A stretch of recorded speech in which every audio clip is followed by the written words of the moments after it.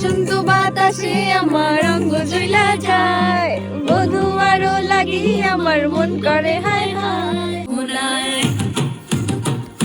ফাগুনেরও মোহনা। বসন্তর main জিনিস হচ্ছে এই গাঁদা ফুল, এটা না পড়লে হয়। তোমার কেমন লাগতেছে?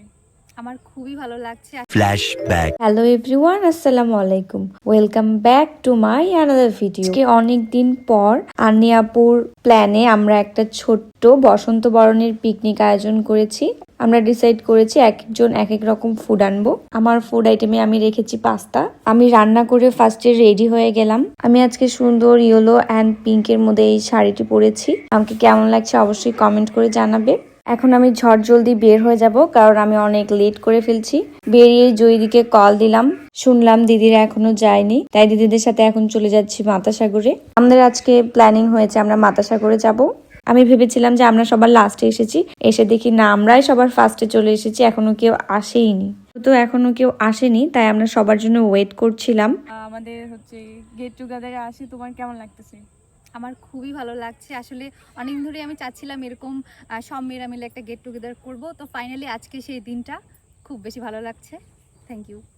তো ফাইনালি আমরা যাদের জন্য ওয়েট করছিলাম সেই সব সুন্দরীরা চলে এসেছে। শুরু হয়ে গিয়েছে আমাদের সুন্দর অ্যাস্থেটিক বসন্ত বরণের পিকনিক। আমরা সবাই অনেক বেশি এনজয় করেছি। শুনতো বাতাসে আমার অঙ্গ জ্বলা যায়, বধু আরো লাগি আমার মন করে হায় হায় এমন মধুর গুণ এমনি বইয়া যায়, এমন মধুর বইয়া যায় ফাগুনেরও মোহনায়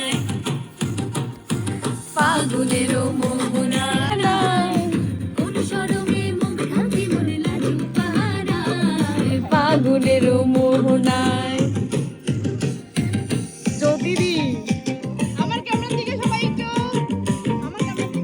সব মেয়েরা যেখানে একসাথে থাকে সেখানে অনেক বেশি এনজয় হয়, এটাই স্বাভাবিক। তো আজকে ভিডিওটা আমি এখানেই শেষ করছি। আর আমার এই বসন্ত বরণের পিকনিকের ভিডিওটা কার কার ভালো লেগেছে অবশ্যই কমেন্ট করবে। আর মেয়েরা তোমরা কে কে এরকম বসন্ত বরণের পিকনিক আয়োজন করেছো অবশ্যই কমেন্টে জানাবে। আমার ভিডিও দেখার জন্য অনেক ধন্যবাদ সবাইকে। তো আজ এই পর্যন্তই। সবাই ভালো থাকবেন, সুস্থ থাকবেন। আল্লাহ হাফেজ এভরিওয়ান।